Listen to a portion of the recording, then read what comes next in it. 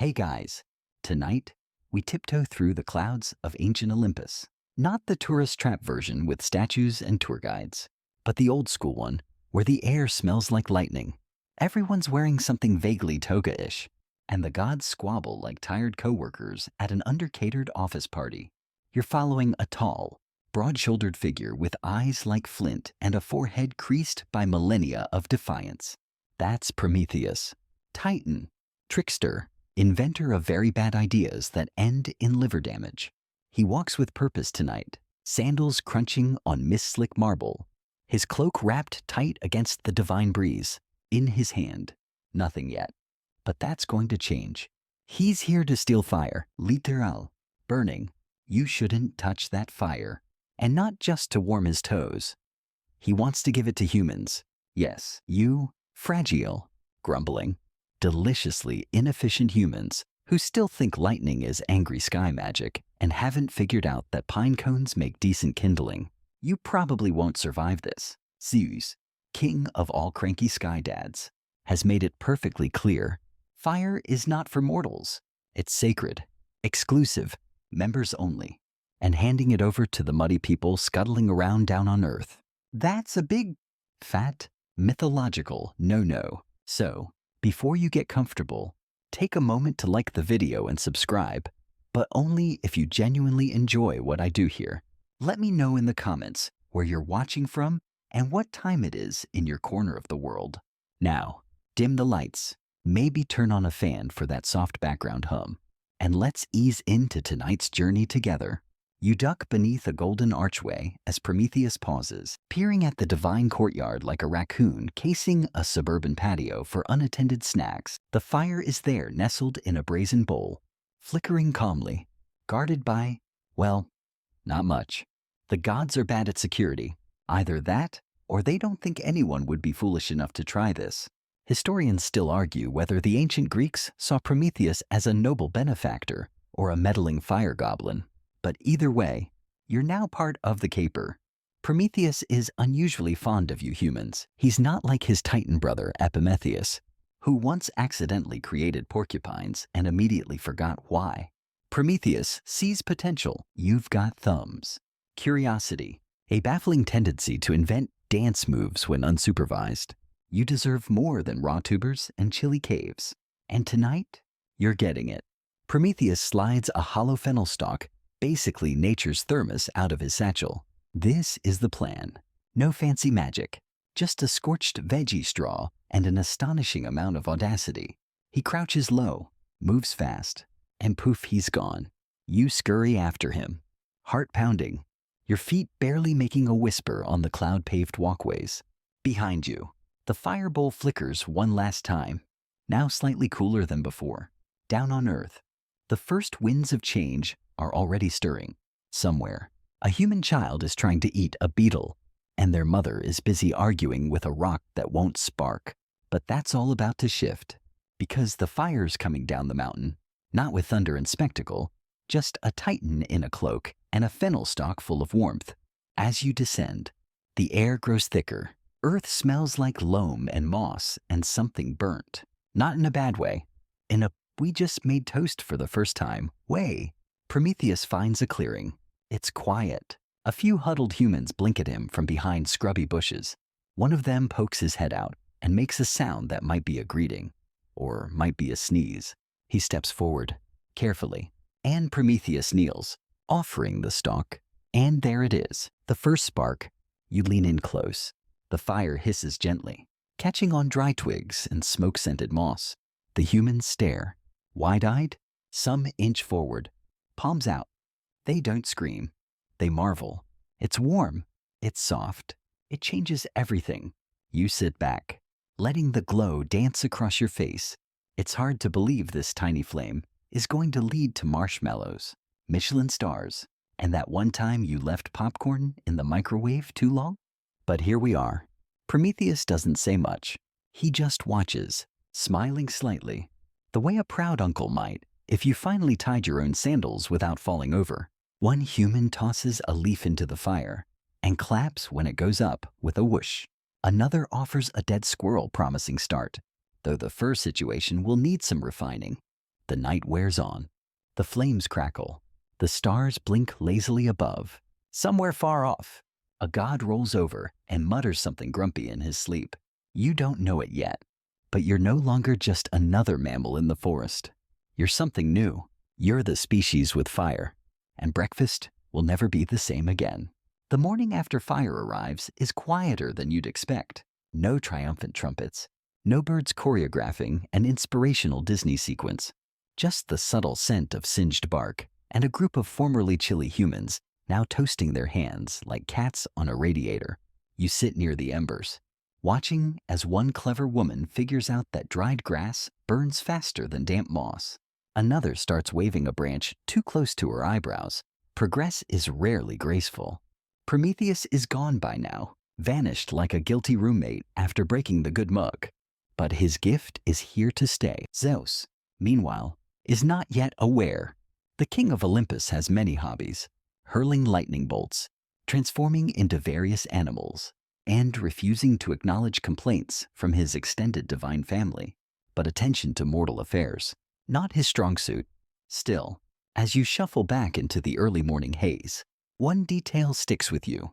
Last night, when the fire first caught and crackled into life, it felt like the world had shifted slightly on its axis. Warmth has a way of doing that. So now, let's talk food. Before fire, your dinner options were limited: roots, raw meat, the occasional berry that didn't give you stomach cramps. Eating was more a battle than a pleasure.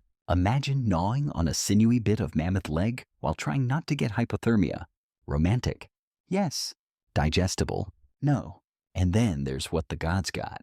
Zeus and his glowy crew dined on the aroma of burnt offerings. That's right, when mortals sacrificed animals, the gods weren't interested in the meat. They inhaled the smell, which is probably the most diva move in ancient mythology. You, meanwhile, were left with the bones and gristle. Not exactly fair. So Prometheus, ever the advocate of inconvenient justice, decided to level the playing field with a little culinary trickery. Here's what he did. He organized a sacrificial feast, one of those formal, showy affairs where everyone pretends not to be starving. And he presented Zeus with two options. Both looked tasty. Both were wrapped in gleaming ox fat, all glistening and tempting. But inside one was just bones and scrap. The other held the good stuff, meat, rich and roasted. Zeus picked the wrong one? Oops. Was it an honest mistake? Historians still argue whether Prometheus cheated or Zeus was just having an off day. Either way, the result was clear. The gods ended up with the smoke, and mortals got the steak. It's like ordering filet mignon and being served a cloud of barbecue scent instead. From that moment on, humans claimed the meat, and the gods got the essence of dinner, which sounds like a very pretentious tasting menu.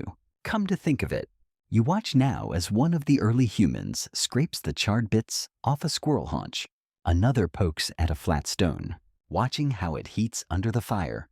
There's some grunting, some squinting, and finally, a grunt of triumph. They're inventing the grill. Crude, yes, but functional. The cooking process is transforming not just food, but time. Meals are no longer desperate lunges for calories. They're events. You gather, you wait, you talk about the weather, which is mostly just cold or also cold. But still, you're forming culture. Bite by roasted bite. Fire turns chaos into rhythm. It gives you a reason to linger. Now imagine Zeus, high on his mountain, catching wind of this. He sniffs the air. Something smells like dinner. Only, it's not for him. That's suspicious. Back in the mortal world, the humans are getting bolder. One tosses a handful of herbs into the fire just to see what happens. Another drops in a beetle. Mistake. But hey, experimentation is part of growth. Soon they're discovering that fish tastes less swampy when you cook it. That mushrooms can go from food to emergency depending on color. That cooked tubers are easier to chew. And if you boil enough things together, eventually you invent soup, or something vaguely soup adjacent. You sit there as a young girl takes her first bite of roasted boar, eyes wide. She's just realized something important. This is good. Like, really good. And warm food feels like safety, like home. She shares with her little brother, who immediately burns his tongue and declares war on the fire. A reasonable reaction. Later that evening, you watch them try their first communal meal. They huddle around the flames, passing bites, laughing in grunts and whistles. It's crude communication, but the message is clear. Eating together feels right. You can't help but smile. That's what Prometheus gave you. Not just the calories, the connection. Because when you gather around a fire, things change. You trade stories. You laugh. You invent sarcasm. You complain about the weird guy who always eats too much marrow. You bond. Fire isn't just survival, it's social glue. And so you lean back, letting the firelight dance across your eyelids. Somewhere far above, Zeus is starting to suspect something. He doesn't know it yet. But this dinner party will change the course of human history. Because you're not just surviving anymore, you're cooking. You stretch your legs beside the fire as the early humans fall into a kind of rhythm, cracking bones for marrow, poking charred meat with increasingly inventive sticks, and discovering, through trial and error, that moss is not an ideal side dish. The smell of wood smoke is beginning to soak into your hair. Congratulations, you're part of the first real dinner table in history. But don't get too cozy, because back up on Olympus, Zeus has finally noticed. He sniffs the air once more. That same delicious scent. It's drifting up from Earth. Again, but this time, there's too much of it. Too constant, too joyful, and joy among mortals, let's face it, makes the gods very nervous. Zeus frowns. His beard twitches ominously. He storms out onto a marble balcony and glowers down at the mortal world like a landlord who's just discovered someone built a hot tub on the roof. Who, he mutters, gave them fire? You wince, because you know who, and he knows who. Prometheus, trickster, rebel, burner of divine bridges. The guy who once explained sacrifice to Zeus by playing hide the good bits in fat, not exactly on Olympus's holiday card list. Zeus paces. He mutters. He shouts a few things about order, respect, and people not playing with matches without permission. Historians still argue whether Zeus's anger was about divine hierarchy, jealousy, or just a bad case of thunder mood. But one thing's clear. He's furious. Meanwhile, Prometheus is somewhere else, not hiding. Exactly. Just strategically absent. Back on Earth, the fire's influence is spreading fast. The humans are trying new things. Smoked meat, roasted seeds. One genius decides to wrap fish in wet leaves and bury it in hot ash. It smells amazing and only mildly like failure. You help a kid blow on embers while his dad invents something suspiciously close to a kebab. A woman pokes clay near the flames and notices it hardens. Another smears ashes on her arms and decides she looks fierce. Culture, cooking, and cosmetics, all thanks to a stolen flame. And Prometheus watches from the hills. You sit beside him as he eyes the horizon, fingers curled loosely around his knees. He looks proud, tired, slightly amused. You hand him a roasted beetroot, someone left behind, and he chuckles softly. They're figuring it out, he murmurs, messily. But you both feel it's something shifting. Zeus is plotting, because if the fire trick was bold, then the sacrifice switcheroo. That was infuriating. Let's rewind. At that infamous divine dinner, Prometheus had offered Zeus 2 neatly wrapped bundles. One, glistening ox fat, filled with bones and scraps. The other, less visually appealing, but packed with the best cuts of meat. Zeus picked the prettier one. And when he realized the trick, his thunderous ego crumpled like wet papyrus. It wasn't just about meat. It was about respect. Gods demand reverence, deference, perfectly plucked harp music, and sacrifices that smell good. So being duped by a titan in front of everyone, using what basically amounted to ancient food styling, that cut deep. You can still hear the divine gasps. And that's when Zeus made his decree. From now on, humans would get the leftovers, the bones, the inedible bits, and the gods would keep the aroma, the essence, the part that rises like praise and doesn't stick between divine molars. This is why mortals today have elaborate rituals for things like barbecue rubs, and seasoning blends. It's the echo of a cosmic food feud. Still, Prometheus couldn't help himself. He saw Zeus's pettiness and raised him a fennel stalk full of fire. You glance back toward the campfire. The humans are now singing, not in tune, but with enthusiasm. It's mostly grunts and the occasional howl. One of them is clapping with sticks. Another is trying to balance hot rocks in a gourd of water, which honestly might be soup in the making. It's beautiful and chaotic and completely forbidden. Which brings us to consequences. Zeus does not forget, and he certainly doesn't forgive, especially not when someone plays him for a fool with meat. Of all things, he's gathering his court now. Hera is already rolling her eyes. Hermes is pretending not to be involved. Hephaestus is polishing tools in the background. And Prometheus, he's still with you on the hillside, tossing pebbles and listening to the faint crackle of progress down below. You know, he says quietly, they'll hate me for this. You blink. Why? He shrugs. Not all of them, but some. Once fire gives them comfort, it'll also give them power. And power. That never comes without trouble. He's not wrong. Already, you can see the subtle shifts. One group hoards dry wood. Another tries to claim the best cooking spot. A third insists on singing only their fire song, which involves a lot of yelling and clapping in triplets. Cooking, it turns out, is political. Prometheus smiles a little, but they'll also learn how to share eventually. He hopes you sit with him as the stars come out, and the first smoky songs of civilization rise with the embers. Somewhere far above, Zeus is sharpening lightning bolts and ordering poetic punishments. But for now, the fire crackles on, warm, steady, delicious, and you're still welcome at the table. The gods don't send a memo. No formal complaint arrives on papyrus. No divine thunder rolls dramatically across the sky. Though you can feel something prickling behind the clouds like static on a wool sweater. Zeus is subtle at first, which is uncharacteristic and, frankly, unnerving. You're sitting by a different fire now, a smaller one, near a fresh riverbank, where a group of humans are experimenting with the concept of boiling. It's not going well. They've cracked 3 clay pots and one nearly caught a leaf hat on fire. But they're trying, and above them, nestled into the folds of your cloak, is that same fennel stalk, burnt now, used up, a relic. You run your fingers along its charred edge just as a strange gust of wind swirls the ashes around the camp. You glance up.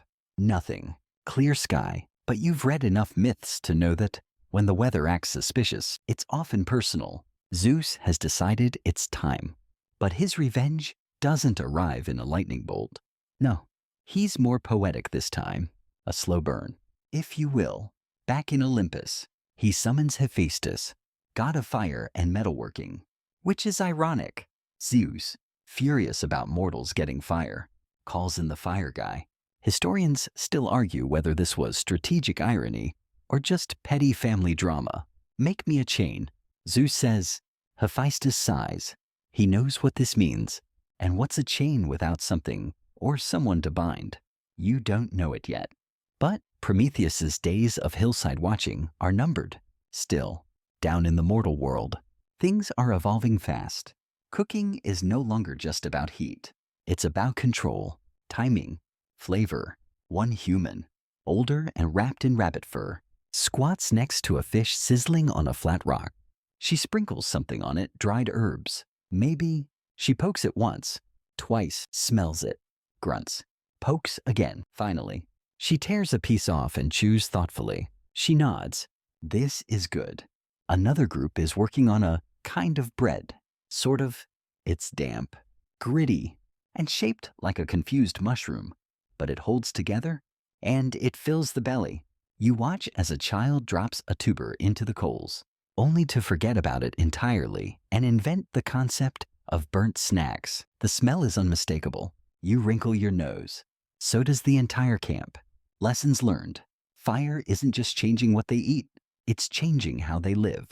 They gather closer, share more, argue less. Well, some still argue.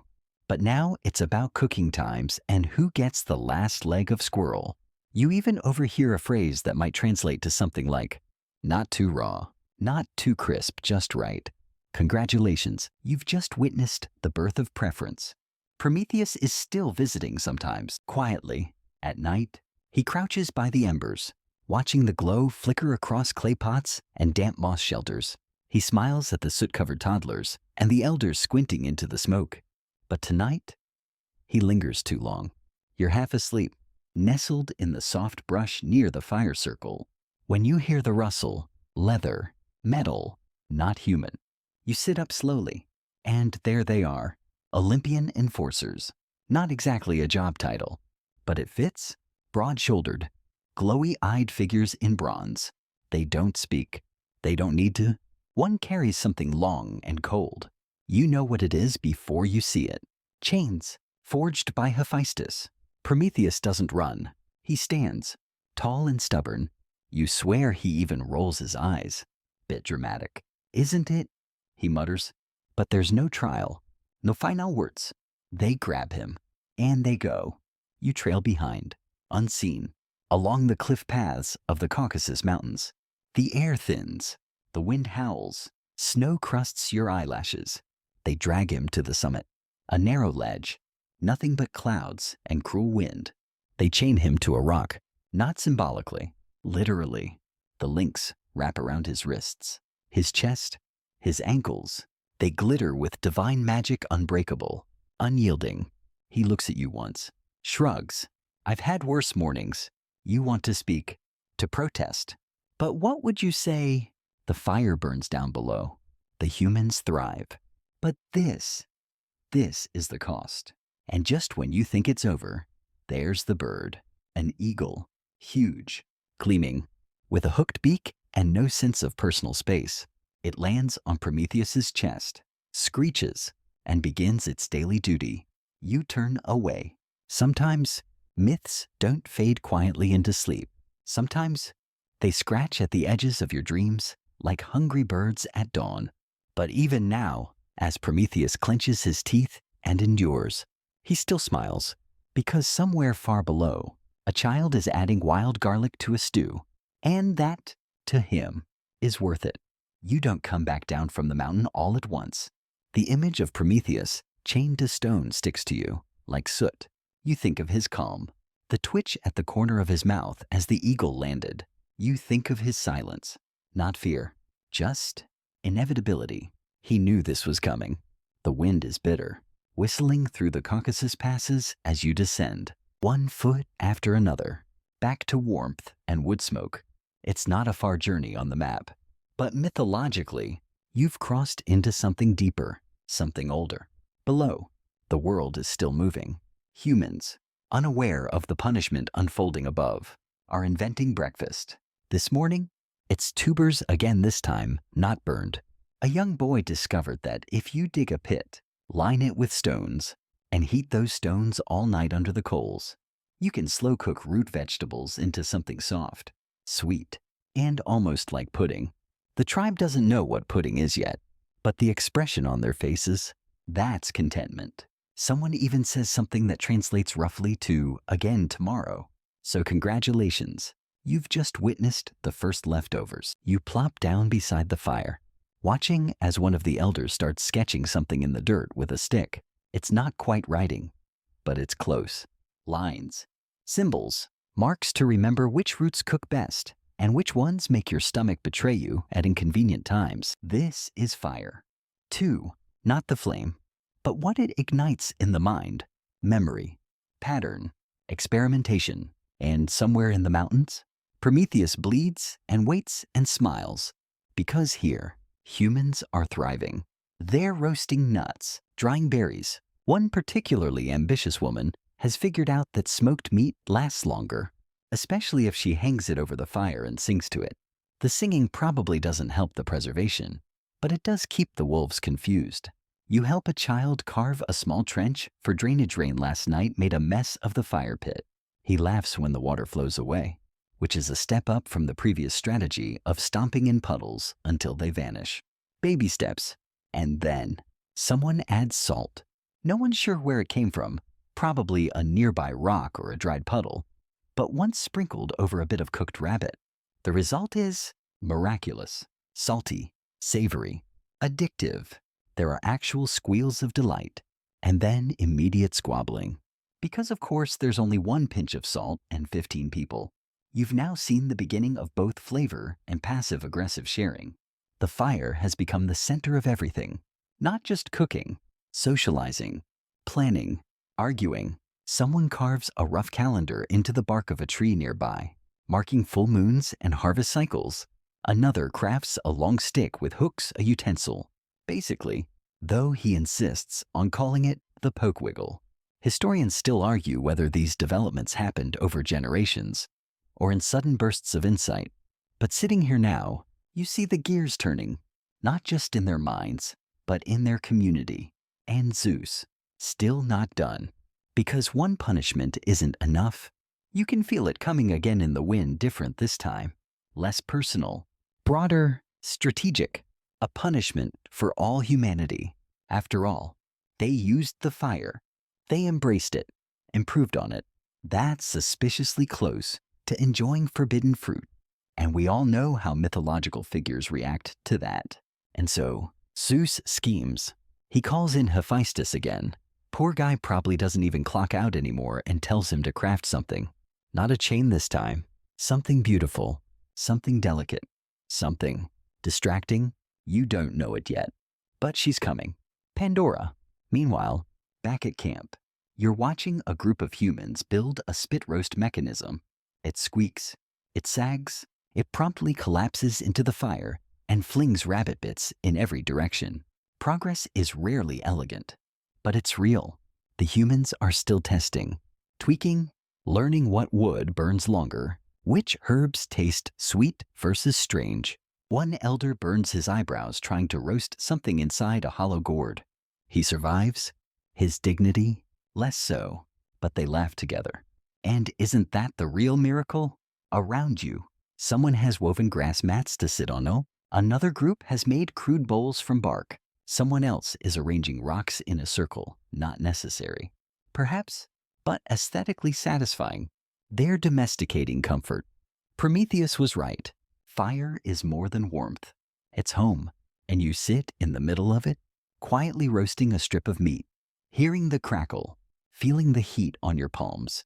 Behind you, the stars start to blink awake in the dusky sky. One child curls up beside you and tucks a warm stone under their cloak. Cozy, somewhere far above. Prometheus watches too, and far beyond, Zeus sharpens his plans like blades on stone. Because cooking, that was just the first offense. Humanity is still learning, and Zeus isn't done punishing. The first time you see Pandora, she's not yet Pandora. Not quite. She's still clay and whispers, a work in progress in the forge of Hephaestus. The god of fire and craftsmanship shapes her with aching precision. Arms, legs, a perfect curve to her smile. She's sculpted from earth and divine scheming. But she doesn't look like a trap. She looks like curiosity. Each god adds something. Beauty, grace, music, a suspicious fondness for jewelry. Hermes, naturally, gives her the gift of gossip and possibly side-eye. Athena contributes weaving. Someone, probably Hera. Let's be honest, gives her a refined sense of dramatic timing. The result, utterly charming. Dangerously so. Zeus watches it all with the expression of someone who's both impressed and annoyed. He calls her Pandora, all gifted, and hands her a jar. Yes, we always say box now, but it was a jar. Wide-mouthed, heavy-lidded, slightly ominous in that way. Antique containers sometimes are. Then he whispers, "Don't open it. You know what happens next." But for now, you watch her descend, not in thunder, in footsteps. Her arrival on Earth is almost quiet, like ash drifting after a wildfire. Beautiful, but unsettling. She walks into the human camp with the grace of someone who's never stubbed a toe. Everyone stares. Naturally, she glows in a way that says divine engineering, but also in the way someone glows when they know something you don't. She's kind, curious, very polite, and absolutely out of place. Still, the humans welcome her. They offer her a seat near the fire. A bite of something grilled and slightly under-seasoned. She smiles, compliments the meal, and subtly suggests maybe a little more salt next time. You watch from the edge of camp. There's something electric in the air, and it isn't the fire. Pandora chats, laughs lightly, asks one question too many. The jar sits beside her, always within reach. No one asks about it, but everyone notices. One night, a child creeps up to poke it, but Pandora gently pushes his hand away with a smile. Not yet, she says. You shift uneasily, because you know what's coming. But before that moment, there's a strange peace. Humanity, newly warmed by Prometheus's gift, continues to thrive. They're cooking stews now, actual stews, with recognizable ingredients and something like a flavor profile. There's a new tool, too, a stone slab used to grind herbs. The sound of it scrape, scrape, scrape is oddly soothing. You sit beside one of the older cooks as she crushes something green and pungent into paste. She sniffs it, nods, smears it on meat. The resulting dinner elicits gasps from everyone except the guy who drops his into the fire. Again, they're learning fire etiquette. 2. Don't throw wet leaves into the flames unless you like smoke in your eyes. Don't wave burning sticks near children or near the person whose eyebrows just grew back. Don't fall asleep next to the coals with your fur cloak dragging dangerously close. These lessons are passed down in grunts, gestures, and the occasional singed beard. But it's not just food and fire anymore. It's patterns. They're beginning to tell stories about the flames, how they danced, what they revealed. One man swears the embers whispered his name. Another insists a glowing coal blinked at him. Myth is fermenting, bubbling right alongside their first attempts at fermenting drinks, which, let's be honest, mostly taste like regret. Still, things are good, too good, because one night, you wake to find Pandora sitting alone by the fire. The jar is in her lap. She's humming, softly. She isn't touching the lid. Not quite, but her fingers hover just over it. She looks troubled, lonely. Even, you sit beside her, pretending not to notice the way her hand trembles slightly. She turns to you, smiles. Do you ever wonder what's inside? You shrug. Of course you wonder. But wondering and acting are very different things. Unfortunately, that distinction is about to collapse. The next night, you're sleeping near the fire when you hear the sound. Crack, creak, pop. The jar is open, and what comes out isn't smoke or fire. It's heavier, sharp-edged, invisible but present. Sickness, jealousy, decay, anger. They billow out like fog, rushing through the camp, through the world, through the bones of every sleeping human. By the time you sit up, it's done. Pandora slams the lid shut with shaking hands, her eyes wide. I didn't know, she whispers. Maybe, but the damage is done. You walk through camp at dawn. People coughing, arguing. One man staring at a wound on his leg like he doesn't know where it came from. Another woman hoards herbs in her cloak, suddenly suspicious of her neighbors. The world is no longer gentle. Cooking still happens, fire still burns. But now, meals are served with wariness, with fear that someone might steal, or lie, or refuse to share. And yet, at the bottom of the jar, one final thing stirs. Hope, small, fragile, glowing faintly. Pandora hasn't opened it again, but she could. And for now, fire still flickers. And Prometheus, far away, still waits, still chained, still smiling just a little. Because even with sickness and sorrow, humans are still gathering around firelight, still cooking, still dreaming.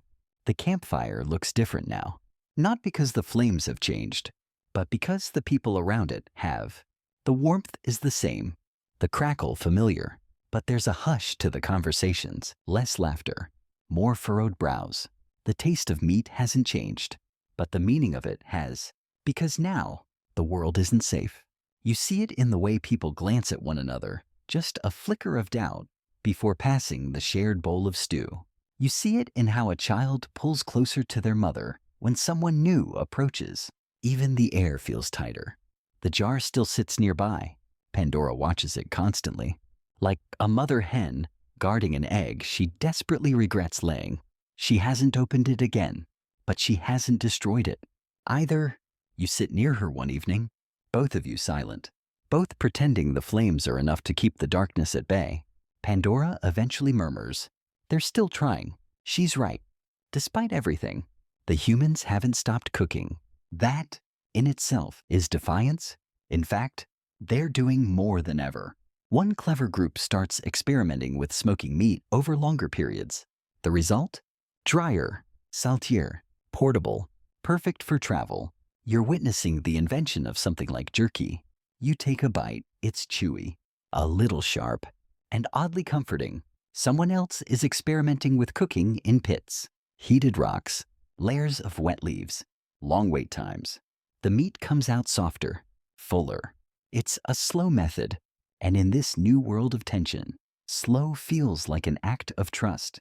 Historians still argue whether cooking meat in earth pits began in Asia, Oceania, or the Americas, but here, in this mythological corner of prehistory, it's happening out of instinct, innovation as survival, not just from the elements, now from each other. You're walking between fires when you notice it, a new invention, 2 flat stones and a steady hand, being used to grind grain, flour coarse, but usable. They're mixing it with water, shaping it, and laying it on hot stones to cook. Flatbread, slightly charred, slightly chewy, incredibly exciting. They don't have words for delicious yet, but the joy is unmistakable. A shared hunk of warm, grainy dough passed from hand to hand.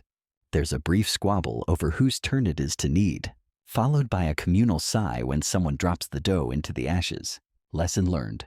Even in this darker age, the fire is still at the center. A family argues about the best way to roast mushrooms. Another tries boiling herbs to treat a fever. A mother, exhausted, hands her last cooked beet to her child without a word. That's what the fire represents now. Not just survival, choice. A choice to keep feeding, healing, gathering. Zeus, of course, is unimpressed. He watches from Olympus, arms crossed. The original? Why won't these mortals just give up? Expression etched across his face. His plan wasn't to destroy humanity.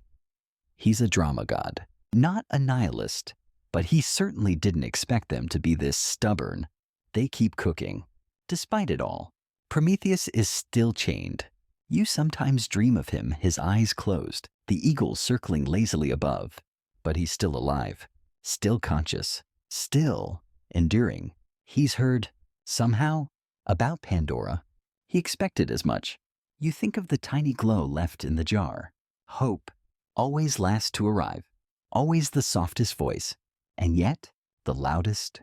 Back in the mortal world, a man begins carving symbols into a piece of bark.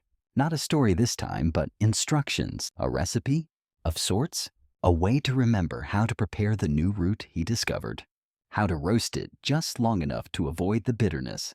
You sit beside him, reading the marks, simple, crude, but effective. They're building a record, from fire to food to memory. You're part of something ancient now, and fragile. That night, a child stirs a pot with a stick almost too big to lift. He doesn't know the words for broth or base or stock, but he tastes, pauses, and adds another handful of herbs. You lean over and whisper, "Good call." He grins, missing a few teeth, and stirs faster. You fall asleep beside that pot, full belly, the scent of stew in your hair. Somewhere in the distance, the jar hums softly, and in the highest clouds, Zeus wonders what it will take to truly quiet the fire in mortal hearts. Spoiler, he never figures it out. By now, you've started to recognize the rhythms of this new world. How the scent of roasting roots drifts through the evening. How smoke settles gently into fur cloaks. How people glance at the fire to measure time by its flicker. But tonight, something is off. The coals glow steady, but the camp is restless. Someone's missing. The old woman who usually stirs the morning porridge hasn't returned from her herb foraging. A boy ran off after her. No one has seen them since. It's a reminder. Cooking may be a comfort, but the world around it hasn't softened. A search party sets out. Quiet. Determined. They carry torches. Of course, because even a single flame is a lifeline now. You walk with them, the smoke trailing behind like a banner. Eventually, they find the woman, alive, shaken, covered in burrs and twigs. The boy is with her, wide-eyed, holding a handful of mushrooms like trophies. They had simply gotten turned around. No harm done this time. Back at camp, the pot is still warm. The woman adds the mushrooms carefully and stirs the bubbling stew with a shaking hand.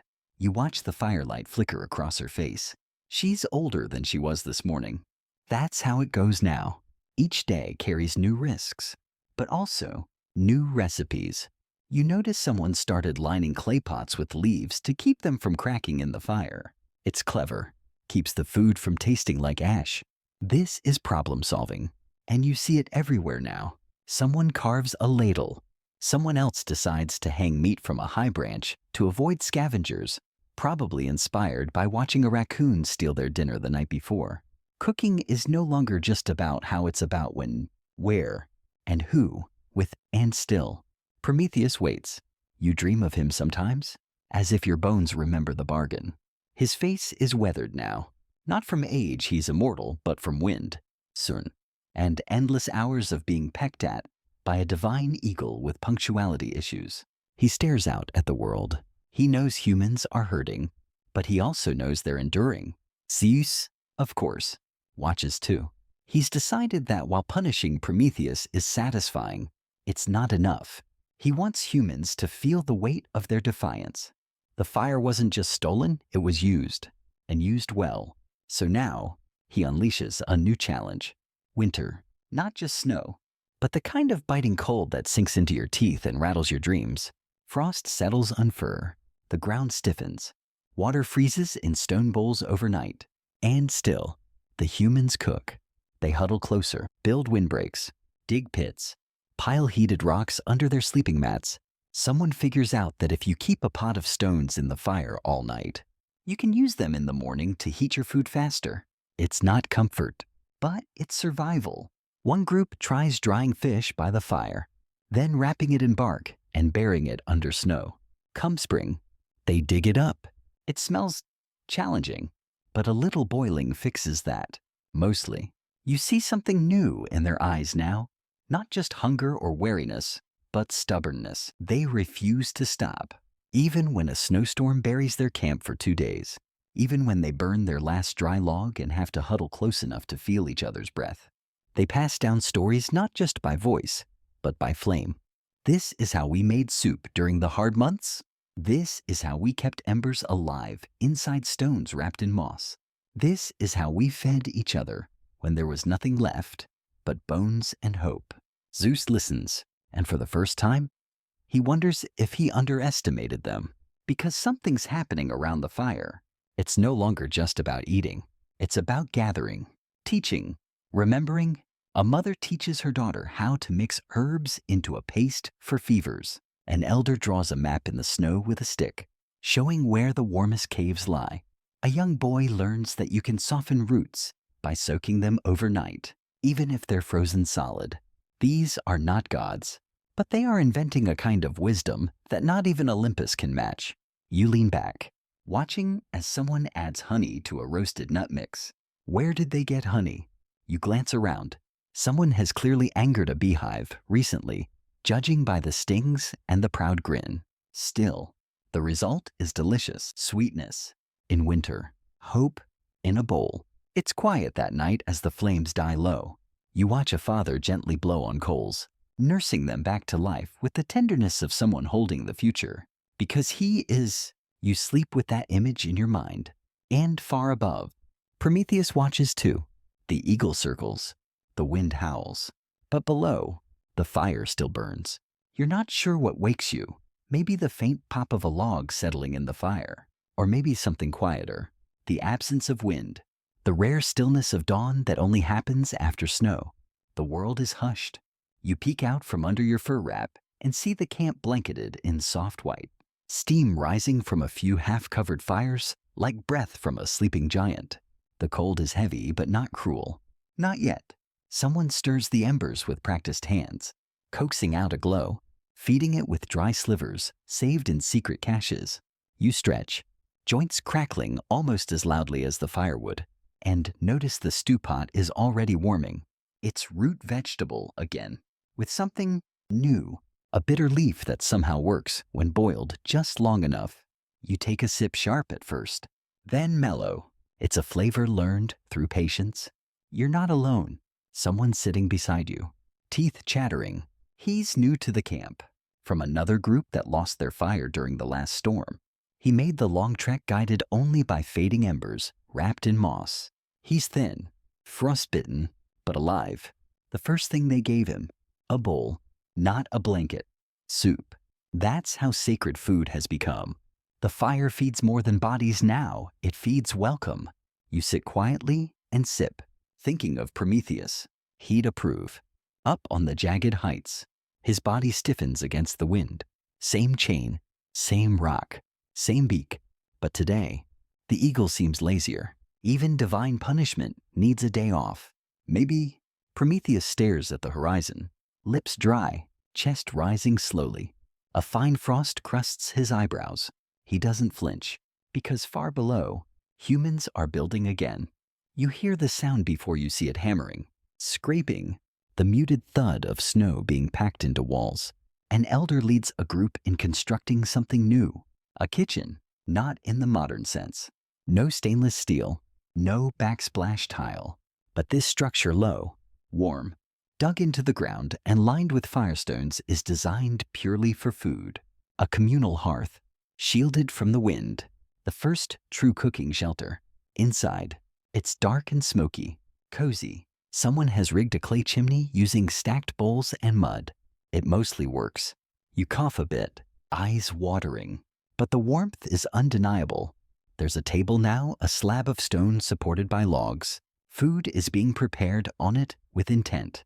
There's a designated spot for spices. One corner even has drying herbs strung on sinew. This is not a campsite. This is a home. The children are quieter now, focused, watching, learning. One is grinding seeds into powder. Another adds that powder to water and stirs it over the fire until it thickens into something strange, but edible. A third carefully peels bark from a tree, tests its taste, and frowns. Not everything's a winner. Still, they're experimenting every day, and each small discovery, each broth, each crust, each burnt pancake-shaped thing is a nod to Prometheus. Zeus knows. He's watching again. High in Olympus, surrounded by ambrosia and arguments, the humans are surviving, thriving. They've taken fire and turned it into progress. And not just practical progress. They're telling stories now about the fire. One child insists that the flames sing. Another says that the smoke whispers the names of their ancestors. They're creating mythology right in front of you, and half of it smells faintly of burnt onion. There's a tale going around camp about the Flame Mother, a spirit who hides in the hearth and rewards those who share food without being asked. You suspect the tale was invented by someone hoping for more stew, but the idea sticks. At night, children toss scraps into the fire for her, a little offering, just in case. It's charming, and you realize something profound. The fire has become sacred, not because of the heat or the cooking, or the endless kebab experiments, but because of what it means. Togetherness, survival, memory. The first time you see a child draw a fire in the snow with a stick, a crude triangle with wavy lines for smoke, you feel your chest tighten, not from cold, from awe. That's symbolism. Baby and Prometheus, still chained, still smiling, because down here, the flame he stole is no longer just burning, it's spreading. The eagle is late today. It's not a kindness, just weather. A thick fog wraps the Caucasus peaks, and for a moment, the mountain seems to forget its eternal role as punishment post. Prometheus leans against the rock, his chains cold and heavy, his gaze turned toward a patch of sky where the sun might be hiding. Below, you're wrapping flatbread around dried berries and watching it bake on a hot slate near the hearth. It's an experiment, sweetness and starch, rolled up and warmed by fire, a primitive dessert. It's oddly delightful. The boy who invented it calls it chew bread. The camp teases him gently, but everyone wants a bite. It's the little joys now. The things that prove the fire wasn't just for warmth or meat. It's become a tool for expression, for pleasure. Prometheus would be proud, but his liver wouldn't. Because just as the fog begins to lift, you hear the whoosh of wings. The eagle arrives, feathers glossy, beak sharp.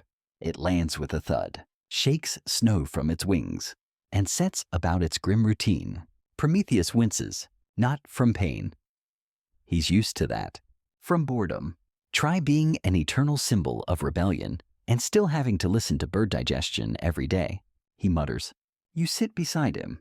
Briefly, there's nothing you can do. But you show him something, a warm stone, pulled from a mortal hearth, wrapped in bark and fur, a comfort. He chuckles. They figured that out already? You nod. They're stubborn. That's why I like them. And back down below, life stirs again. You watch as one camp figures out how to smoke out a hornet's nest without being stung. It's a comedy of trial and error, but eventually success. Honeycomb is passed around. Sticky fingers abound. Laughter returns.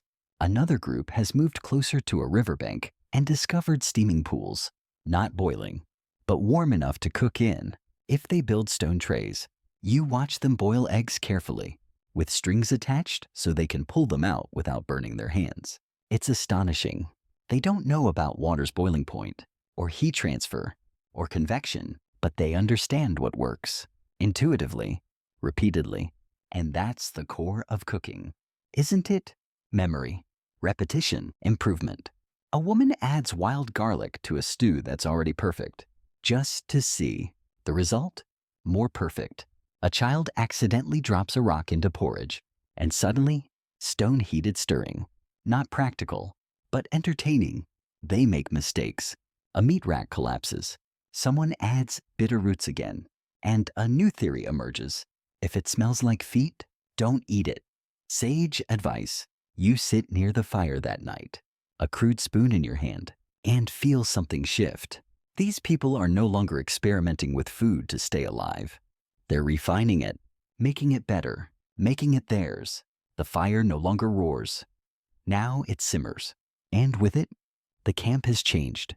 There are now designated roles: cooks, gatherers, tasters, herbalists. Children carry coals from tent to tent with the precision of young acolytes. Firekeeping is an honor, not a chore. And then comes the singing. Not around the fire, to the fire. Songs of thanks, of origin. One begins with the words, "When the fire came down the mountain, we knew warmth for the first time." You hear Prometheus's name, but it's twisted by time. Promethean. They say, the rock giver.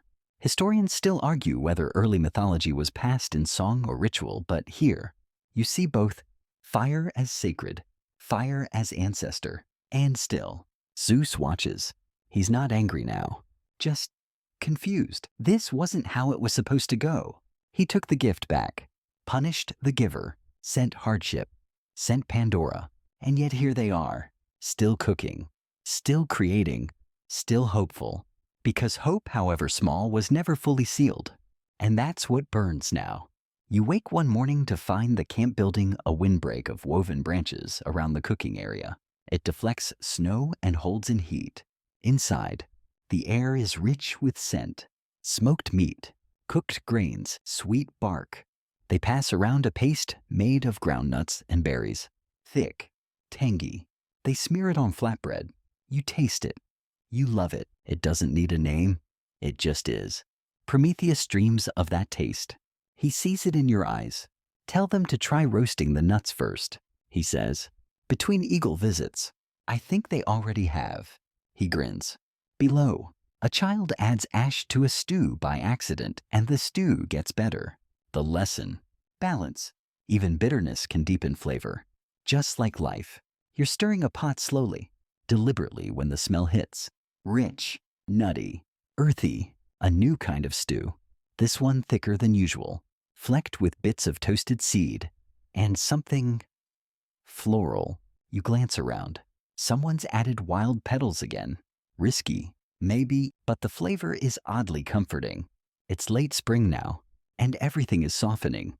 The snow has melted, the firewood is dry, and the herbs are coming back in tiny patches of green that people treat like treasure. The cooking, once about endurance, has become an art. Nearby, a young woman is using a heated stone to flatten dough into a more even circle. She doesn't know the word uniformity, but she's chasing it. Someone else, perhaps inspired by too much stew, has started slicing meat thinly. It cooks faster, tastes better, chews easier.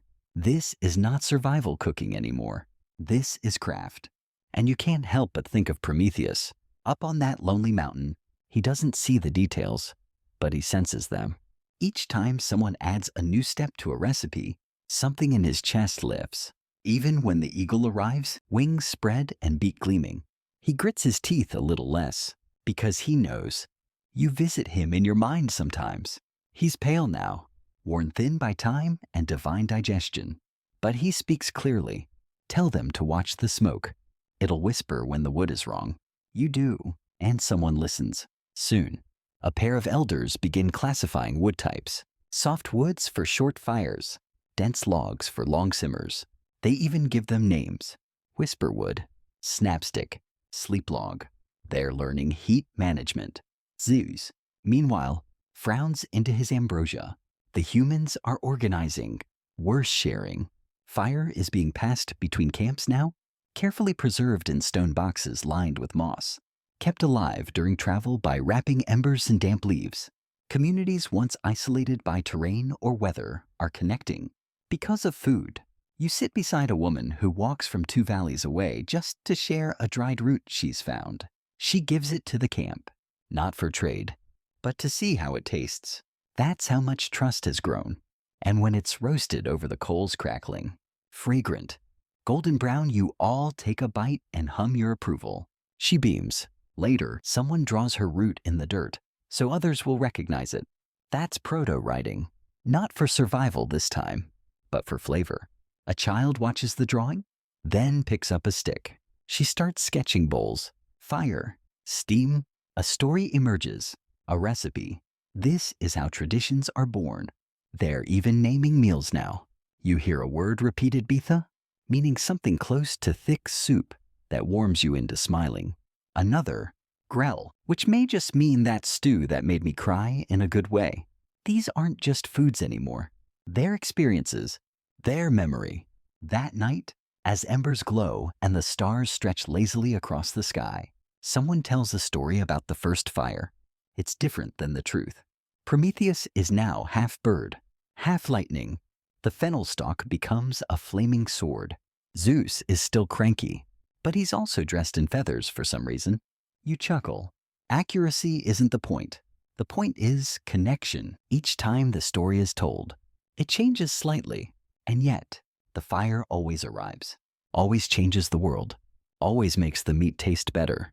Prometheus would approve. Up on his mountain, he hears echoes of that story in the wind. He doesn't need the details, just the rhythm, just the fact that they're still telling it, still honoring the flame. And now, they're experimenting again. You see someone place leaves over a steaming pot, not to flavor, but to trap the steam. They're creating something new, a covered cook. It concentrates flavor. They don't know that word yet either, but the taste tells them it's working. Elsewhere, a boy finds stones near the river that hiss when they hit the coals. They're full of moisture. Someone suggests boiling water on top of those stones. It works. Not well, but better. You help gather sticks for a rack to dry herbs. It sags, collapses, is rebuilt stronger. Eventually, it stands, smells incredible. The fire's purpose continues to evolve. And Zeus, now he watches silently. He's tried punishment. He's tried division. He sent the cold, the jar, the eagle. But still humans gather. Still, they cook. Still, they hope. Even the gods can't smother that. Today, someone is making soup without needing to. There's no emergency, no bitter cold, no stranger to feed, just a desire for warmth and taste. It's a new kind of moment, one born of choice, You watch the cook, a quiet elder with a laugh like gravel, add ingredients with more confidence than measurement. A handful of crushed seeds, a splash of water from a clay jug, a whisper of ash from a favorite log. It bubbles, slowly, gently. A meal made simply because it feels good. And that's the shift. Cooking has always been survival, but now it's becoming something else. Comfort, culture. The fire isn't just for food anymore. It's for feeling. Around you, others join in. One woman hums a little as she grinds dried berries into powder. A child kneads dough into vaguely animal-shaped lumps, proudly declaring, "One is a deer." It looks more like a sad potato, but you nod approvingly anyway. Then someone suggests a feast, not for any reason, just because it's been a long winter and they're still here. And that, they decide, is worth celebrating. Preparations begin at once. Fires are stoked brighter than usual. Stones are cleaned. The best ingredients are fetched: salt, smoked fish, honey, wild garlic. Someone even brings out a slightly moldy but mostly intact piece of cheese from a neighboring camp. It's a potluck, basically, but myth-sized. Pandora is still here, quiet, watchful. The jar has been buried, lid sealed in layers of stone and clay. No one wants to open it, but no one wants to destroy it either.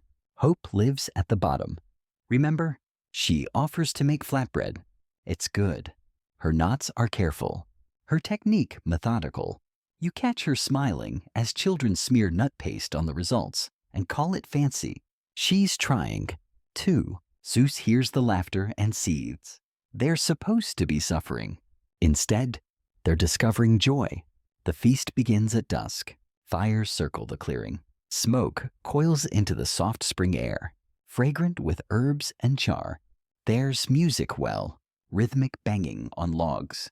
Anyway, and even a dance that mostly involves hopping awkwardly and not falling into hot coals. The food, rough around the edges, but honest. One stew tastes like wild onion and smoked bark.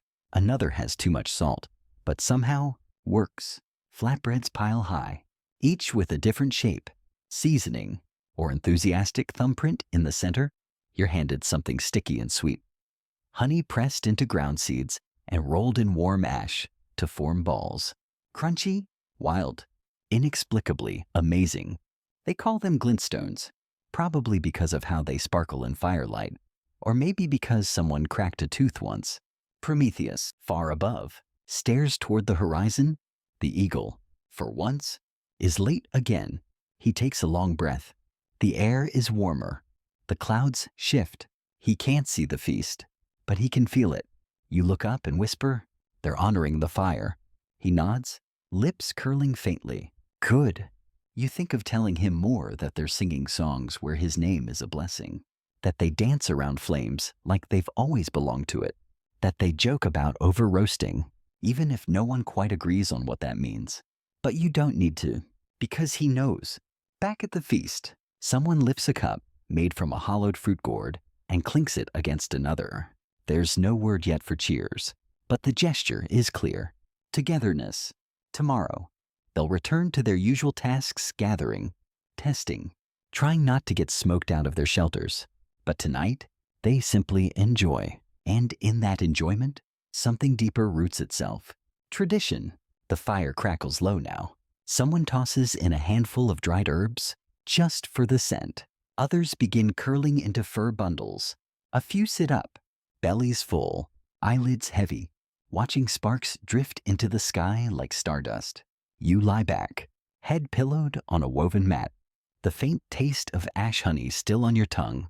You don't say it aloud, but you think it. This is peace, not because the world is perfect, but because the fire, once stolen, now belongs to everyone. Even gods can't change that. You wake slowly, warmed by fading embers and the weight of calm. The air smells like last night's feast smoke.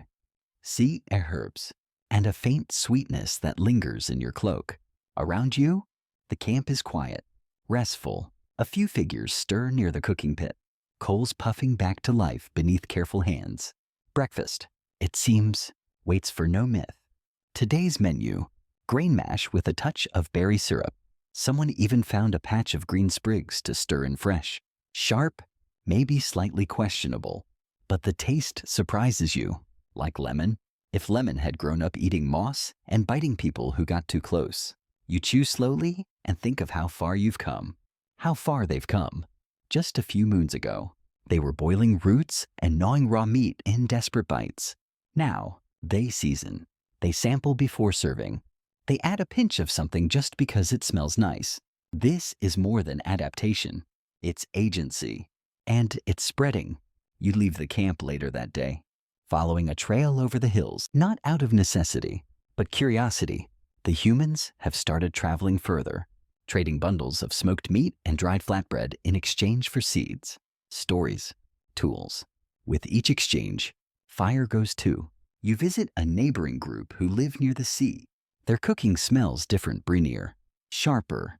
They boil seaweed, steam shellfish inside clay pots sealed with mud. The flavor, salty, strange, and strangely addictive. They offer you something wrapped in leaves that tastes like the ocean and somehow campfire at the same time. They've named their fire Mother Heat. She's not just a tool here. She's a presence, a protector. They throw crushed shells into the flames as offerings. A hiss, a flash of sparks. Ritual. Now, fire has become identity. Even the way they light it differs. Their kindling is made of woven reeds, soaked in fish oil. It ignites fast, burns hot. Clever, messy, effective. You sit with their elders and exchange stories from your original camp. Someone sketches a symbol for stew. Another draws smoke rising in spirals, representing wisdom. A child draws the eagle. That one eats the fireman. They say solemnly. You nod. The legend of Prometheus has traveled. But it's not consistent. In this version, he's a giant who swallowed the sun and spit it out as embers. In another, he's a shapeshifter with hands made of lava. Still another tale claims he's been freed and now lives underground, whispering cooking secrets to those who listen at night. Historians would tear their hair out, but mythology doesn't care about footnotes. Back in your original camp, the children are making games with food. They shape dough into animals before baking. Someone burns their deer, and the laughter lasts all afternoon. Even their mistakes taste like celebration. One clever girl invents a way to hang small baskets above the fire low enough to warm, high enough not to burn. She uses it to melt a kind of seed fat into oil. The camp cheers when it bubbles. Cooking oil, actual cooking oil. It changes everything. Now, food doesn't just cook, it sizzles. Crisp edges appear. Textures deepen. The sound of hot oil popping becomes the new background music of the camp. Zeus watches from above and, perhaps, sighs.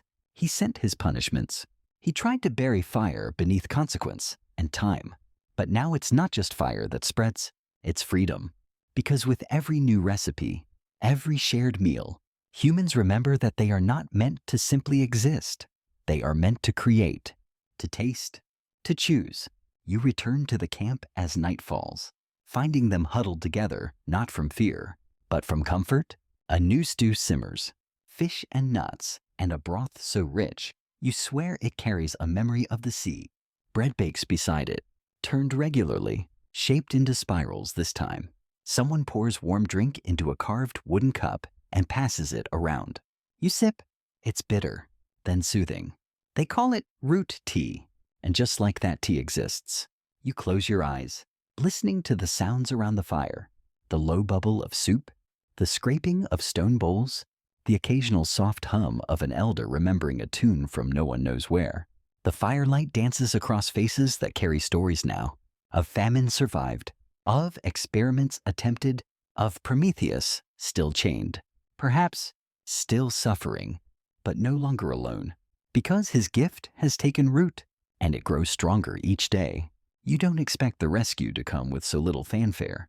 No blinding flash, no earth-rattling thunder, no godly drum roll, just a soft wind across the mountains, a glint of bronze in the distance, and a grunt. Hercules has arrived. You find him scaling the cliffs to Prometheus's rock with the sort of casual strength that says, "I fought worse things before breakfast." His club rests on his back. His hair is windswept in a way that feels suspiciously intentional. Prometheus glances down. "About time," he mutters. You stand off to the side, unsure whether to clap or just quietly observe. Hercules doesn't notice you. He's busy sizing up the chains, the eagle, and Prometheus's general state of disrepair. The eagle, of course, is offended. It screeches, flaps its wings dramatically, and dives. Hercules barely moves. He swings once, casually, and the eagle makes a very undignified noise before fleeing into the clouds. The silence that follows is long and heavy. Prometheus doesn't speak at first. He just stares at his arms, raw and calloused, and at the chains that have bitten into him for who knows how long. Hercules lifts his club again. With one strike crack, the divine metal splits. A second strike, a third, and the shackles fall like broken thunder. You half expect Prometheus to leap into the sky, but he just exhales, slowly, then sits. "Could have brought snacks," he says, and below, the fire flickers, because as Prometheus rises, stiff and pale but whole, the world feels it, not in some magical wave, but in the whisper of wind over coals, in the way someone suddenly remembers how to make an ember last 3 days. In the moment, a child, stirring a pot of boiled grains, adds a splash of river water for texture because she thought of it. Freedom, you realize, doesn't always arrive in trumpets. Sometimes it arrives in understanding. Prometheus descends slowly, his feet unsure on the stone paths he once helped blaze. He pauses at the first sign of human life. A little hut near a stream, smoke curling from the roof, the scent of something roasted in the air. He crouches. He watches. A young couple sits near the fire, a baby gurgling beside them. They take turns feeding each other from a wooden bowl, something soft, rich, and faintly golden. A porridge, perhaps thickened with something wild. He doesn't speak. He doesn't interrupt. But something in his eyes warms. You guide him back to the camp. There's no announcement. He just walks in. People look up, blink, then go back to their cooking. That's how integrated he's become. A legend walking among them. And they simply stir their stews and offer him a seat. He sits, accepts a bowl, takes a bite, closes his eyes, and sighs. You sit beside him. They're making something new tonight. A broth with citrus bark and dried berries. It smells sweet and sour, a blend of seasons. Someone nearby is toasting grain cakes over low heat. Another group is shaping clay into sealed vessels, early ovens, maybe, or pressure pots. The vocabulary doesn't exist yet, but the intention does. Prometheus leans toward you and murmurs, "They don't need me anymore." You glance at the fire. They never stopped needing you. They just learned what to do with the gift. He smiles faintly. That's better. That night, a storm rolls in, rain, wind. The fire sputters, but never dies. Someone has covered it carefully with flat stones and bark. Water hisses on the edges, but the coals stay hot. When the storm passes, they uncover it, stir it back to life. That's the new ritual, not starting the fire, keeping it, and Prometheus. He stays now, not to teach, just to witness, to sit near the warmth he once risked everything to deliver. Hercules, meanwhile, has moved on, probably off to wrestle a boar or hold up the sky or something else unrelatable. But his visit leaves behind something stronger than muscle, release. And in that space, humanity steps forward again. Someone brews a drink from bark and flowers. They call it wake water. It's bitter, fragrant, and oddly effective. They sip it in the morning, talking softly about weather, food, and dreams. Dreams, you notice, that no longer begin with fear, but with fire. Prometheus sleeps, not in the dramatic, century-long, thunder-brewing kind of way, just quietly, under a fir near the edge of the fire.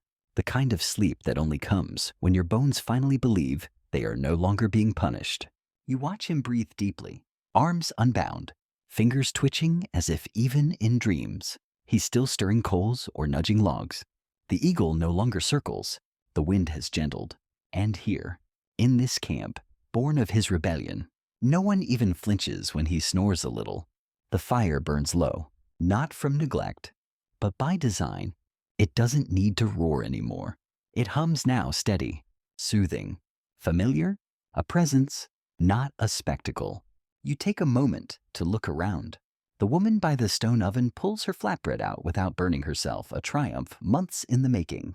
The man who used to shout every time he spilled porridge now ladles it with care, even flair. The children play nearby, balancing spoons on their noses and giggling. Cooking has become so seamless here that no one notices it anymore. And that's the highest compliment. It's part of life now, like breath, like sky. A girl carries embers to the neighboring shelter. Tucked in a bed of moss and pine resin, she walks carefully, deliberately. You can tell by the way others watch her that this job is sacred. Not because it's difficult, but because it's trusted. The fire isn't just everyone's responsibility. It's everyone's legacy. You pass by the old jar, half buried now beneath roots and stone, still sealed, still humming faintly. Hope inside, always the last thing left. You reach out and brush your fingers across the cool lid. It's warm beneath the surface. You walk on. Tonight, there's something new in the pot. Crushed nuts, dried root mash, and shockingly berries that haven't fermented into regret. It simmers slowly, thick and golden. Someone calls it sun soup. You take a spoonful. It tastes like memory. You share a bowl with Prometheus when he stirs awake. He eats quietly, with the kind of reverence only someone who's gone without can summon. He doesn't speak. He doesn't need to. All around you, the world glows with what he gave. And here, beside the fire, you feel it finally settle. Not just warmth, peace, because this is more than a myth now. It's routine. Fire led to food. Food led to gathering. Gathering led to song, laughter, disagreement, forgiveness, rhythm, recipes, memories, and now, a culture, one shaped by flame, yes, but also by time, and trial, and tender mistakes. One where a misstep means burnt stew, not divine retribution. One where the smoke doesn't choke. It teaches. Prometheus stands slowly and steps away from the fire, just far enough to feel the contrast. Then back again. He nods once. They've done it. You walk a slow loop through the camp as stars emerge. The air is filled with the fading scents of charred meat, warm grain, and herbs. Someone hums a low tune, nothing formal, just breath and tone and comfort. Children are curled around one another like puppies. Someone tucks a glowing coal into an earthen pot for morning. Another gathers herbs by moonlight, whispering thanks to no god in particular. The fire flickers, and you know, it won't go out. Not tonight, not tomorrow, because even if the flames die, the knowledge of how to relight them remains. That's what Prometheus gave them, not just heat, but the invitation to use it, to grow from it, to decide what comes next. And what comes next is everything. The future tastes smoky, warm, and slightly oversalted, just how they like it. And now, the fires dim gently, the flames lowering like heavy eyelids after a long, full day. The last stew is stirred. The final coals are tucked under ash. Silence settles into the soft, smoky air like a blanket. You sit at the edge of the camp, where warmth still lingers, but the night cools the skin in a way that invites sleep, not shivers. Prometheus rests, the sound of his breath blending with the breeze through the trees. The world no longer feels like a place of punishment. It feels earned. In the distance, a bowl is washed. A spoon is laid carefully beside a stone. Someone hums the beginning of a lullaby, not to be heard, but simply because the fire asked for a song. Your eyes close, not out of exhaustion, but ease. Let yourself feel the weight of this history, not the burden, but the beauty, the rhythm of hands passing bowls, of sparks dancing upward, of stories told in steam and seasoning. Let the embers glow behind your eyelids, soft and slow. As the fire drifts further into memory, you are no longer a watcher. You are part of the story now. The gift of fire has been passed to you, not to protect, not to fear, but simply to remember that warmth can be shared, that a single flame, stolen in defiance, can light 1,000 kitchens, and that hope, buried but not forgotten, can always rise again. So rest, let your breath deepen, let the night close gently around you, and let the last crackle of the fire carry you softly into sleep. Prometheus watches, and you dream